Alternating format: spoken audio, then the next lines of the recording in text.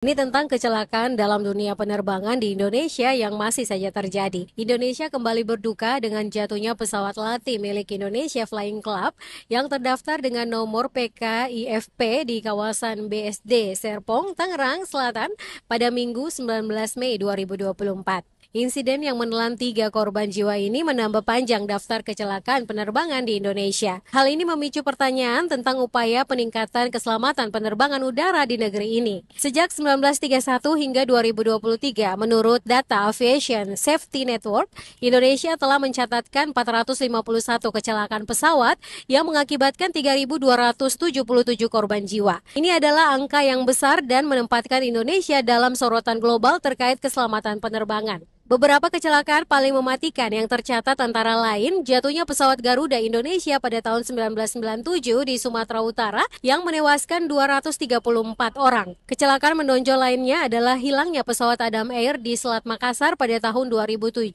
yang merenggut 102 nyawa. Hampir setiap tahun insiden di dunia penerbangan terjadi di Indonesia, baik yang melibatkan pesawat berbadan kecil maupun besar.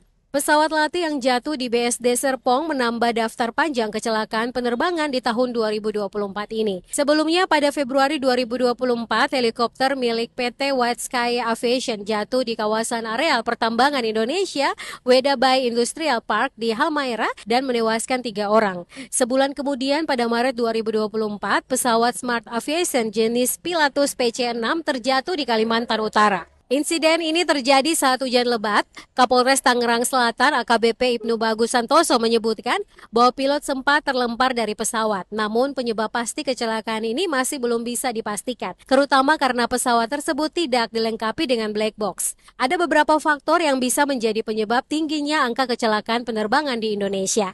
Pertama, kondisi cuaca yang sering ekstrim dapat mempengaruhi keselamatan penerbangan. Kedua, kondisi dan perawatan pesawat yang kurang memadai. Ketiga adalah faktor manusia, seperti kurangnya pelatihan yang memadai untuk pilot dan teknisi. Hal ini diperparah dengan regulasi dan juga pengawasan dari pihak berwajib yang mungkin masih lemah dalam beberapa aspek. Meskipun Ketua KNKT Suryanto Cahyono menyebutkan bahwa usia pesawat PKIFP tidak terlalu tua, namun layak atau tidaknya pesawat tersebut mengudara beserta faktor-faktor lainnya masih dalam investigasi. Kalau menurut saya, untuk mengurangi angka kecelakaan penerbangan, perlu ada langkah konkret dari berbagai pihak. Pemerintah harus memperketat regulasi dan memastikan implementasi yang ketat terhadap standar keselamatan penerbangan. Pelatihan dan juga sertifikasi yang lebih ketat bagi pilot dan teknisi juga sangat penting. Selain itu, perlu adanya peningkatan dalam teknologi dan perawatan pesawat untuk memastikan semua pesawat yang terbang berada dalam kondisi prima. Komunitas penerbangan seperti Indonesia Flying Club juga harus mengambil peran aktif dalam memastikan keselamatan anggotanya. Edukasi dan kesadaran akan pentingnya keselamatan harus ditanam sejak dini kepada semua anggota. Sebab kecelakaan penerbangan di Indonesia adalah masalah serius yang memerlukan perhatian dan juga tindakan segera.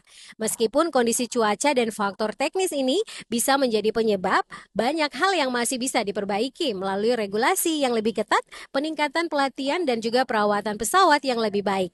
Hanya dengan langkah-langkah nyata ini, kita semua bisa berharap untuk mengurangi angka kecelakaan dan meningkatkan keselamatan penerbangan di Indonesia.